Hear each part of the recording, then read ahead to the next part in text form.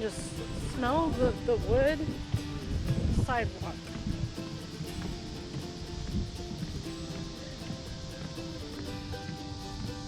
Ooh, look at the old carriages.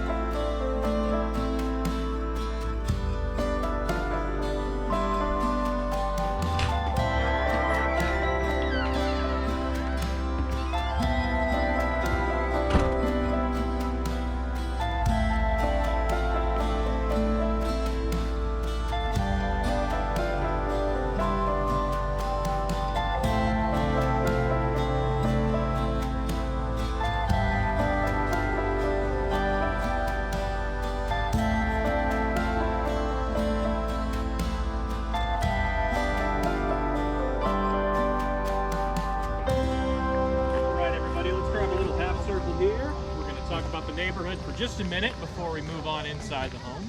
So go ahead and come on down this way. Okay, everybody, we are standing in front of the Lincoln home right now. This is the home that Abraham and Mary Lincoln purchased in 1844 for about $1,500. Kind of fun to think about how home prices have changed over the years, or not fun to think about, depending on your situation. When the Lincolns purchased this home in 1844, it did not look like this two-story structure. It looked more like the one-story home that you see there across the street. As the Lincoln family grew, as Mr. Lincoln's legal career grew, the Lincolns expanded, renovated this home here on the lot. They renovated at least twice, right? First back on the lot, and then upwards to that 3,100 square feet that we see today. So we're viewing this home as it looked in 1860 at the height of the Lincoln's purchasing power here in Springfield, as opposed to how it looked in the 1840s when the Lincolns moved into this home. I do like to point out as well that in the 1840s, Springfield ended just 2 blocks behind the house that direction. There's a north-south railway line over there. It was there in the Lincoln's time. On the other side of that railway line was just farmland and open prairie. So it looks like the Lincoln home is in the middle of the city of Springfield around us, but in the Lincoln's time, it was actually out towards the edge of the city. This was a lower middle class neighborhood with lots of 1- and 2-family homes, like this one right here, or like this one. They were lining the street all the way up and down this direction. Thank you for the assist there, Ranger Isaiah. And lots of folks lived in these homes who were up-and-coming professionals like Mr. Lincoln, right? Small business owners, clergymen, folks like that lived in these homes with their families. So we can imagine that community the Lincolns would have moved into here in the 1840s. Anybody have any questions about this neighborhood as we're looking around? You said they lived in duplexes? Wow. Yeah, several people lived in shared homes. The Sprigg house, for example, over here took in boarders, and so there would have been a couple families living there. Not this home right here, but the one down.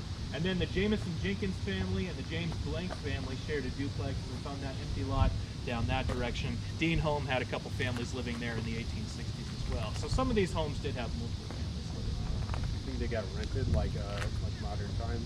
Yeah, some of these folks did take on boarders to make money. The Lincolns rented out their home in 1847 when they left for Washington, D.C. during Lincoln's one term in the U.S. House of Representatives. The Lincolns also rented out their home when they went to Washington again a decade later for Lincoln to assume the presidency.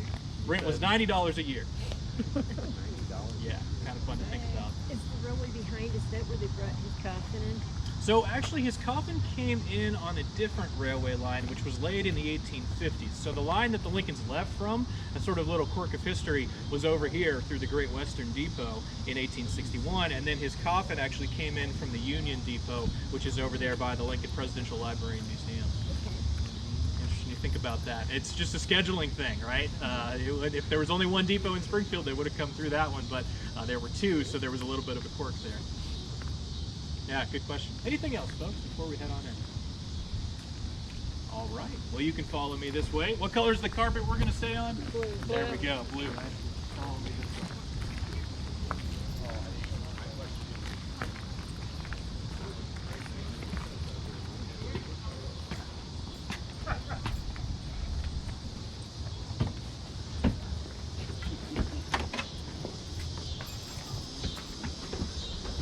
All right, everybody, we're going to step on into these first 2 rooms that direction. So stop in the second room. Yeah. The bluegrass, okay. Bluegrass.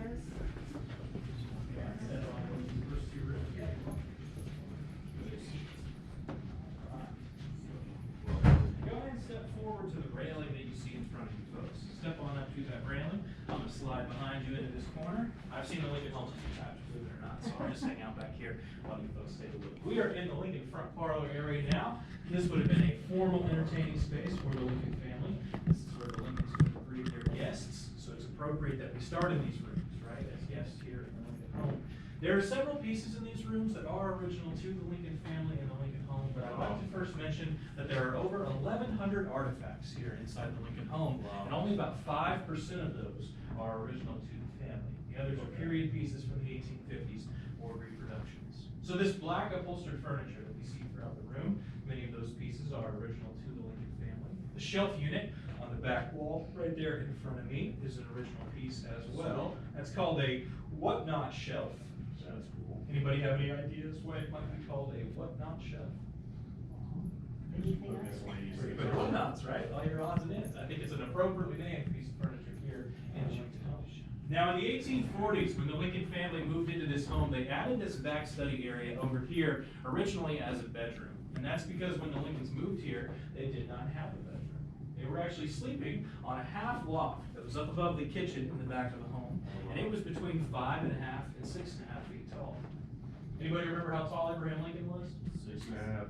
6'4", a little bit shorter than 6'6", but he still would have struggled to stand up straight in that bedroom space during those early years here in this home. After this room was added, 3 of the 4 Lincoln boys were later born over here, Eddie and Willie and Tad Lincoln, the 3 youngest boys. And a decade later, in 1860, after the birth of the sons, after this room became the back study as we see it today, Abraham Lincoln was actually sitting over there when he was offered the chance to run for the presidency. The man came down from Chicago and offered him that chance. All right, everybody, we're going to step on through the dining room and into the sitting room on the other side. I'm going to take a little shortcut. Nice, dude. Are they really? Nice. And once we view that dining room space, let's go ahead and move all the way down this direction. Make sure we can all see the area.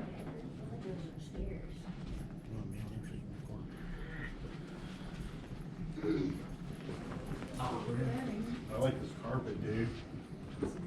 It's not blue, so you know the rule. Just smart of it.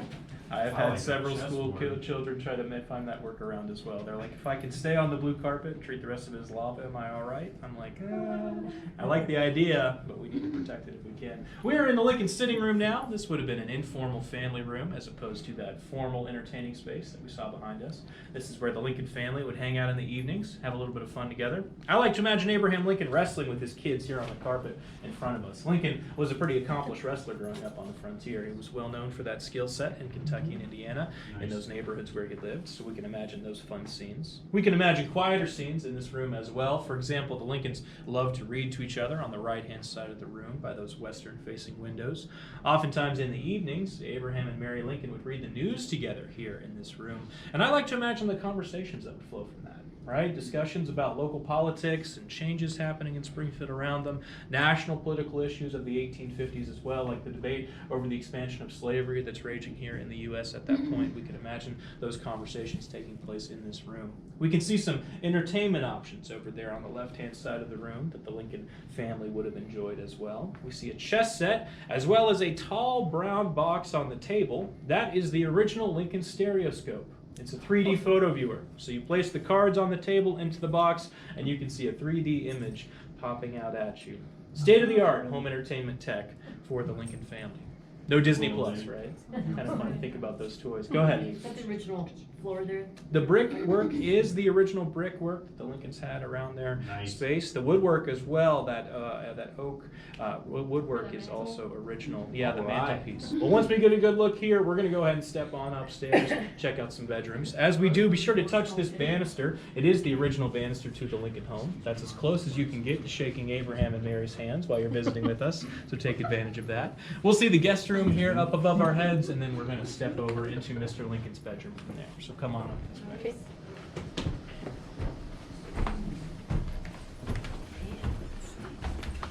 Really slow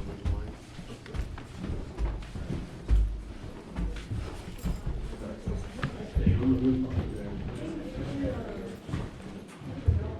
Take a good look in that guest room over there. That's the one. This is the original banister? Yeah, it's been reinforced. It has some cast iron there, but the top section, right, that section on the top is the Mom original. said no. And as we do that guest room and this reading nook, sewing nook over here, we're going to go ahead and keep stepping over. It's a reading nook.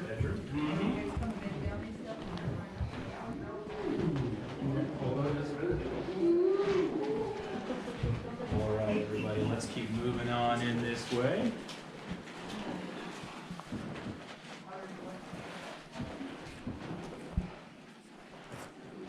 All right, Go ahead and come all the way down this direction. Make sure we can all get in the room together.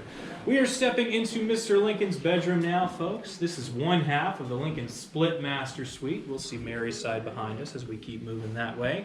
I do like to point out this wallpaper pattern that we see on the walls. This is the only original wallpaper pattern that the Lincolns had here in their home. We know this is the original wallpaper pattern because of physical evidence. A small section of the wallpaper pattern was found underneath layers of other wallpaper during the 1980s restoration of the home. The curators were able to take that pattern, recreate it, place it back on the walls as it would have looked in Lincoln's time. Anybody have an opinion about this wallpaper pattern they'd like to share with the group? A little busy, perhaps? There's a lot of motion in the pattern, for sure. I think there's an elegance to it as well. The blue does stand out a little bit.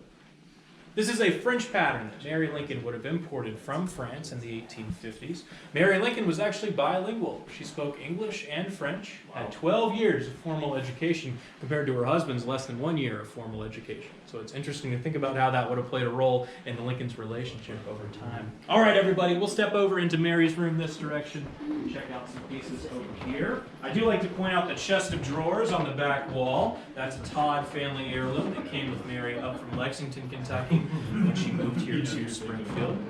When Mary came here to Springfield, she was not Mary Lincoln, right? She's Mary Todd. This is before she meets Abraham Lincoln, before they marry, before they build their lives here together. So it's interesting to think about Mary holding on to that chest of drawers when she came here to Springfield and then keeping it for those 17 years here inside the home as well. We can also see Mary's original commode over there on the left-hand side of the room, that fancy brown box. A little bit of a nicer setup than the rest of the family would have had with those chamber pots. Original? Original. I don't know that Mary would love us pointing it out, but I think it's worth mentioning since it is an original piece here in the home. Dude. I like to point out this green dress that's here on the bed in front of us as well. Now, it's not one of Mary's original pieces, but it is period correct to the 1850s. And that green color actually comes from a copper-arsenic mixture in the paint. Arsenic is a poison, right? You don't want that close to your skin. But folks in the 19th century didn't know that. They just knew that it made paint compounds more vivid when you mixed it into paint, right? So it's interesting to think about some of those hidden dangers of the 19th century, right? Folks didn't know that they were encountering things like that. Interesting how history and science is always changing. One of those themes of historic study. Using the ink on the wallpapers? In some cases, yeah. Not these patterns, but there are documented cases of that happening in the 19th century. Lead poisoning and also other chemicals being part of the paint that then cause problems on down the road. Kind of interesting to think about. Any other questions, folks, from this area? All right, well, we'll step through into the back hallway, take a look at these two rooms, but hold off on that staircase down there just yet. And as we step this direction, do take note of these transom windows up above the doors. These are an early form of air conditioning. These allow air to circulate through the home. They keep things a little bit warmer in the winter, a little bit cooler in the summer as well, so these would have been important for the Lincoln's comfort levels here. On the right-hand side, this first room that we see in the back hallway is the boys' room. That's where Robert Lincoln would have lived growing up, Robert being the oldest Lincoln son. It's where Willie and Tad Lincoln would have moved once their brother went away to college. In those earlier years, though, the two younger boys were actually sleeping on a trundle bed that pulled out from under their mom's bed over here. So they were able to come get their own room once Robert went away to college. I'm sure everybody was glad to see Robert go, right? Mary got her space back, the boys got their room as well. Did we notice those toys in the boys' room over there? Yeah. Cup and ball, hoop and stick, checkers and dominoes.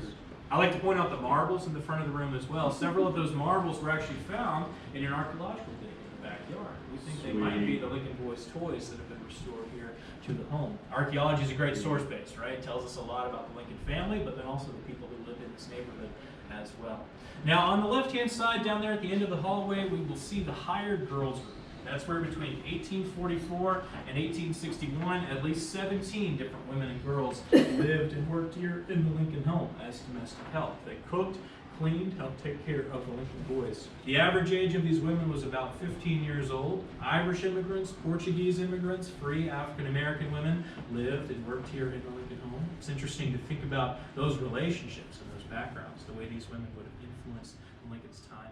I always ask what's behind the closed door at historic sites, right? That's a good question. That was a storage area in Lincoln's time, a trunk closet. But if you look up above, it has a transom window, and if you'll notice, there's light coming through that window. There's an exterior window on the other side. And those two architectural features make us think it was a bedroom at one point as well, because the Lincolns built built in those sort of opportunities for airflow into the room. And you don't really need airflow in a long-term storage area. So it probably had multiple uses for the family. It's a good example, though, of how source bases conflict, right? Architecturally, it looks one way, the written record tells us something else, and so it's not always easy to know the exact answer to some of those questions here. Good question. All right, everybody, once we get a good look, we can step on down into the kitchen, and we'll wrap the tour up down there. Let's Please wrap be it careful up. going down those stairs, they are quite steep.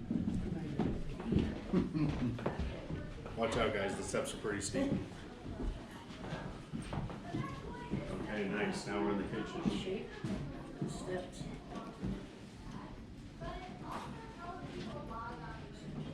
Nice. Good man. Keep outside behind that door. All right, everybody, as we wrap up the tour down here in the kitchen, I just want to point out that stove right in the middle of the room. That is the only original stove that we still have from Lincoln's Cool. time here in home. The Lincolns purchased that stove in 1860 before they knew they were going to Washington, right? Before the campaign, before the election, before their lives started to change drastically. So we can think about that purchase as a long-term investment. Right? That's the Lincoln family planning their future here together in Springfield. But when we think about that timeline, the stove becomes a bit tragic because a few months later, the Lincolns leave for Washington, D.C., and a few years later, Abraham Lincoln was assassinated. So the Lincolns weren't able to take advantage of that investment. Mary returned here to Springfield after her husband's death, but she never came back to this home. She actually moved in with her sister Elizabeth about 4 blocks that direction until her death. And she actually moved in with Elizabeth when she came here to Springfield, right? Before she met Abraham Lincoln, before they built their lives here together. So it is a bit of a tragic circle to think about. On a brighter note, though, I do like to imagine how full of life this space would have been when the Lincoln family was here. We can imagine the kids running through the dining room into the kitchen, maybe stealing some food off of that stove. I always think about burning my shins on the stove every time I walk past it. Those little lived experiences would have been part of the Lincoln's time here for sure. Where would they keep the coal? The wood burning stoves and. Wood burning stoves, yeah. They would have had a wood pile that's there on the back porch. The door opens up there onto a little kitchen storage area, and then on the other side of that was a pantry. The Lincolns kept the pantry air gapped from the kitchen because of the heat generated in a space like this. There's not good ventilation, so that was a food preservation tool. And so the wood pile would have been one of the features of the back porch. Well, who purchased the house after he was assassinated? Yeah, so the home became a rental property in 1861. Renters lived here from 1861 until 1887, managed by Robert Lincoln during that period. But Robert's not here in Springfield. He starts working for the Pullman Car Company in Chicago in the 1860s, and so he's managing from a distance. And in 1887, Robert found out that one of the tenants who was living here, his name was Osmond Oldroyd, he had opened up a private museum here in the home. He had started selling tickets, collected Lincoln artifacts, was letting people come through. So Robert decided to get ahead of this process, and he sold the home to the state of Illinois in 1887 for $1 on the condition that tours would always be free through the home. So you can thank Robert Lincoln for your free tour today. Nice. And then the Park Service took over from the state in 1972. So we're the new kids on the block in terms of telling the story here Nice. in the Lincoln home. Good one, Robert. Yeah, shout out to Robert, absolutely. Good foresight. Unfortunately, he didn't predict the parking, right? But he got pretty close. Force them out. Once we get a good look at the kitchen here, folks, we'll pop this door open behind us and step on out into the Alrighty. backyard. So go ahead and open it up here. There's a step down as we exit, so be careful about that. And we're going to go out to the left. What's your question? Area over there? Oh. Yeah, we walked through that space all the way Yeah, to the we center. did. Oh, so. But you can take a look. You got time. Yeah, it's a different view. We're here for it. I'm stuck in between. Andy, this reminds me of the freaking Elvis tour. Yes, It wasn't rough. no, I said it was a lot of fun. Oh, Thanks for coming through, okay? Enjoy Thanks. this. Thank you.